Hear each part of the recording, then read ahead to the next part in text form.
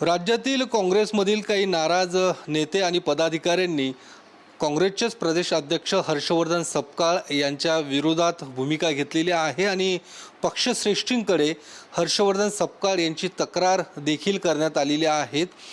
मराठवाड्यातील नागपूरमधील काही पदाधिकारी थेट दिल्लीत दाखल झालेले आहेत आणि हर्षवर्धन सपकाळ हटाव अशा पद्धतीची मोहीमच या पदाधिकाऱ्यांनी हाती घेतलेली आहे आणि त्यांची तक्रार देखील करण्यासाठी दिल्लीत पोहोचलेले आहेत।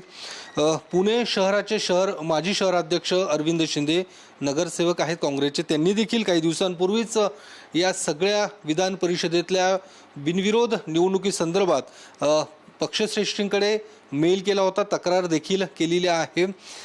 नेमकं या तक्रारीनंतर काय तुम्हाला काही उत्तर मिळालंय, पक्षश्रेष्ठींकडून काय प्रतिसाद मिळालाय का?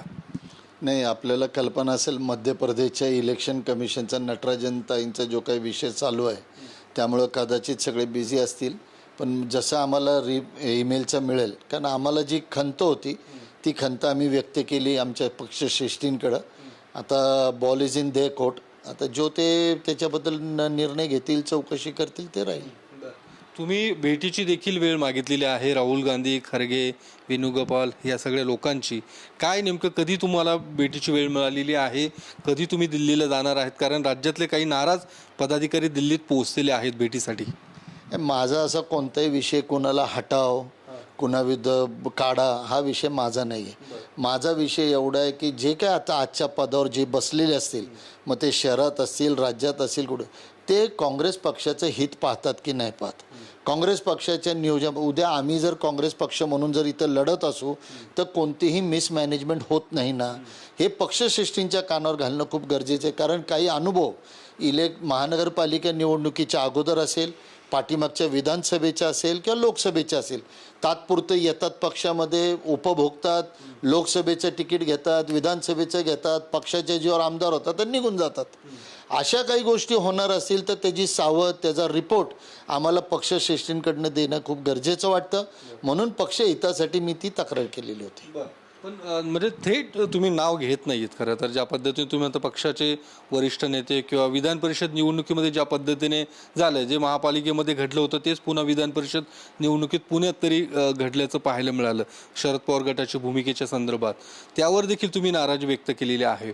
मग या सगळ्या निर्णयाला नेमकं कोण जबाबदार आहे तुम्हाला असं वाटतंय? मी नाराजगी हीच व्यक्त केली माझ्या पक्षाशी की आपली भूमिका जर आपल्या मित्र पक्षाबरोबर असेल किंवा विरोधी पक्षाबरोबर असेल तर खणकर कशी असली पाहिजे। विरोधी पक्षाबरोबर जर आपण लढणार असू तर ती खणकर असली पाहिजे आणि मित्र पक्षाबरोबरची भूमिका असेल तर ती दोघांच्या फायद्याची असली पाहिजे। पण इथं फक्त मित्रच पक्षाचे जर फायद्याचं होत असेल आणि काँग्रेसचं नुकसान होत असेल तर मग त्याला मित्र पक्ष कसं म्हणणार, हा आमचा पहिला प्रश्न। आणि स्पष्ट नाव घेऊन कुणाचं नाव घेऊन कुणाला मोठं करायचं नाही आहे। तुम्हालाही माहिती, मी कसब्याच्या पोटनिवडणुकीच्या संदर्भातल्या व्यक्तीबद्दल बोलतोय की तात्पुरतं येतात, काँग्रेस पक्षामध्ये पदं भोगतात आणि परत जातात। असे जर असेल तर लिटमस टेस्ट होऊ द्या ना, एखादा नवीन व्यक्ती जर येणार असेल तर त्याचं लिटमस टेस्ट होऊ द्या। कसब्याच्या बाबतीत बोलायचं झालं तुम्ही थेट रवींद्र धंगेकरांच्या संदर्भात 100% मी तेच तुम्हाला सांगतोय की येतात, आपलं मतलब साधतात आणि परत निघून जातात। असे कितीतरी या पक्षामध्ये ज्यांनी अशा हलाखीच्या वेळेमध्ये सुद्धा पक्षामध्ये बसलेले आहेत। मग अशा लोकांना तुम्हाला ज्या वेळेला संधी द्यायची असेल तर त्यांची लिटमस टेस्ट होऊ द्या। काही 6 महिने, वर्ष, 2 वर्ष तरी पक्षात काम करू द्या, पक्षाचा झेंडा खांद्यावर घेऊ द्या, पक्षाच्या आंदोलनामध्ये भाग घेऊ द्या, पक्षाच्या हितासाठी भारतीय जनता पक्ष असेल किंवा विरोधी पक्ष असेल त्याच्यावर लढण्याची हिंमत कुवत दाखवू द्या आणि मग त्यांना द्या। हा आमचा मुद्दा होता।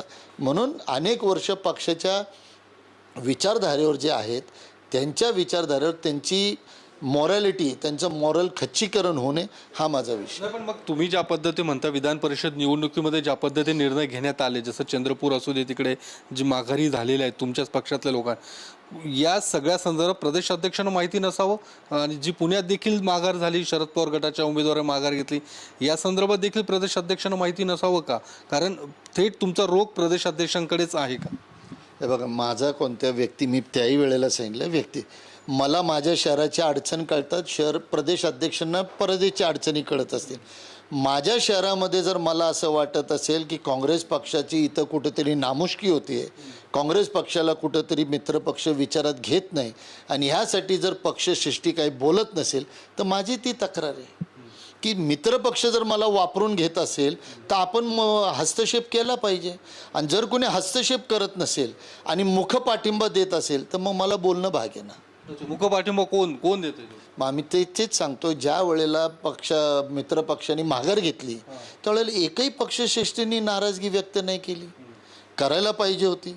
आमचं त्याही वेळेला म्हणणं होतं की पुणे शहराची जबाबदारी जे आमचे नेते सतेज पाटील साहेबांकडे होती, त्यांनासुद्धा अंधारात ठेवण्याचं काय कारण होतं? आम्हाला नगरसेवकाला, जे आम्ही मतदार आहोत, आम्हाला मतदाराला अंधारात ठेवण्याचं काय कारण? आमच्यावर चर्चा तर केली असती, म्हणजे पुढच्या आम्ही गोष्टी तर सांगितल्या असत्या, पण कोणतीही चर्चा नाही. बरं ठीक आहे, तुमचा निर्णय निश्चितच पक्षश्रेष्ठींचा अधिकार आहे तो निर्णय करण्याचा, पण चर्चा आम्हाला विश्वासात तर घ्यायला पाहिलं होतं. आम्हाला कुठंतरी लेफ्ट आऊट वाटायला लागलं, म्हणून हा आमचा विषय की हे पक्षाच्या हिताचं नाही. मग आता तुम्ही या सगळ्या लोकांची भेट घेऊन नेमकं काय सांगणार? जे राहुल गांधी असू दे किंवा खरगे, या सगळ्या लोकांची तुम्ही भेट घेणार आहात, काय नेमकं त्यांच्या कानावर टाकणार? हे बघा, मी आपल्याला परत एकदा सांगतो, 35 वर्ष झाली मला काँग्रेस पक्षात. 3 वेळा काँग्रेस पक्ष फुटला, मी कधी पक्ष सोडून गेलो नाही. पण जर आज मला दिसत असेल की काँग्रेस पक्षाच्या ध्येय धोरणाशी आपण नाही आणि काँग्रेस पक्ष वाढीवसाठी जे काय आपले कार्यकर्ता जो असेल तो आपला रक्त आटवत असेल आणि नसेल, तर मग या सगळ्या गोष्टी पक्षश्रेष्ठींच्या कानावर घातणं गरजेचं आहे. मग त्यांना जो योग्य निर्णय वाटेल, मग ही पुनरावृत्ती परत एकदा अशा कोणत्या गोष्टीची झाली नाही पाहिजे.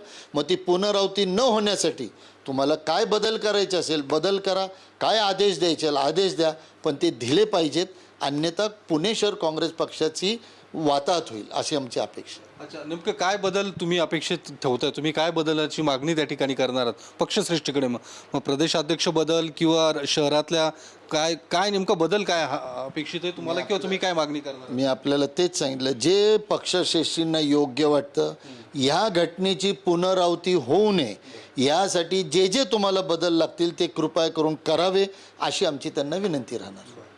निश्चित. तर या सगळ्या संदर्भात एक मुद्दा पुढे आला आहे की या विधान परिषद निवडणुकीमध्ये जे पराभूत झालेले उमेदवार होते, अर्थात नाना पटोले असू दे किंवा तिकडे यशोमती ठाकूर असू दे किंवा वडील, या सगळ्या लोकांच्या नातेवाईकांना उमेदवारी देणं असा पद्धतीचा आदेश पक्षाकडून होता, मात्र तसं कुठेही महाराष्ट्रात घडताना दिसलं नाही आहे.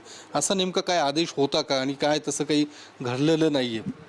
नाही नाही नाही नाही, असं मला जर उमेदवार जर आपण पाहिलेत अख्ख्या महाराष्ट्रातले, तर असे कुणाचेही नातेवाईक लवकर असा आदेश होता पक्षाकडून असं?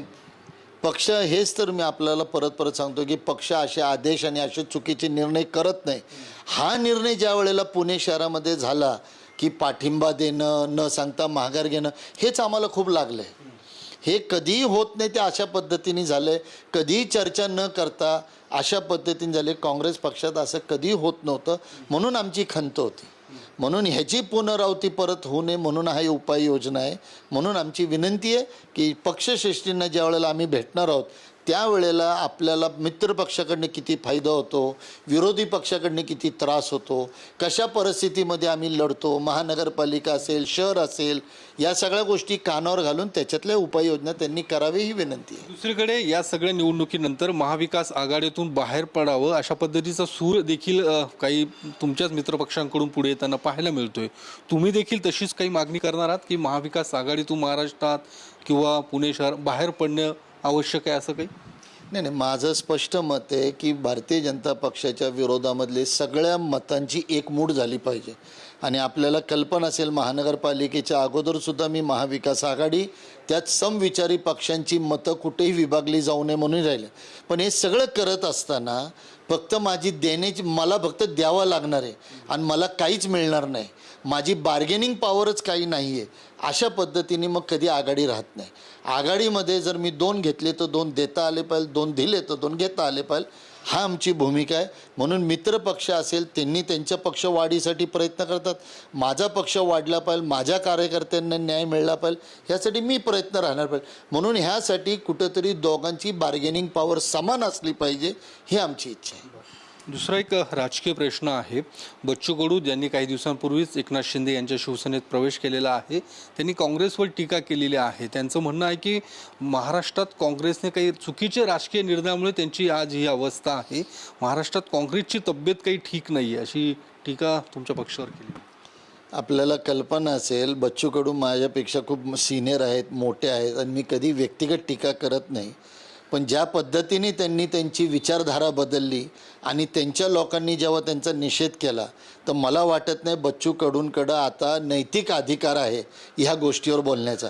काँग्रेस पक्ष समुद्र आहे. अनेक बच्चू कडूंसारखे आले गेले जमा झाले. काँग्रेस पक्ष आहे त्याच जागी. म्हणून कडूसाहेब, आपण आपल्या पक्षाकडं आपला जो काही आपला पक्ष होता त्यांना आता आपण विचारधारा बदलली.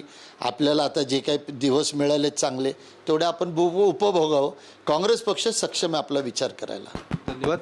तर अरविंद शिंदे हे पक्षश्रेष्ठींची भेट घेणार आणि ज्या काही विधान परिषद निवडणुकीमध्ये ज्या घडामोडी घडलेल्या आहेत त्या पक्षश्रेष्ठींच्या कानावर टाकणार आहेत आणि यापुढच्या काळात देखील अशा घटनांची पुनरावृत्ती होऊ नये यासाठी पक्षाने निर्णय घ्यावेत अशी मागणी देखील अरविंद शिंदे हे पक्षश्रेष्ठींकडे करणार आहेत.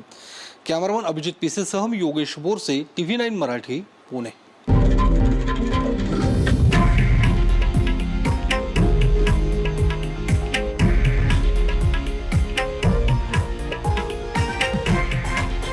हे आहे देशातील नंबर 1 न्यूज नेटवर्क आणि आपण पाहत आहात TV9 मराठी, एकमेव.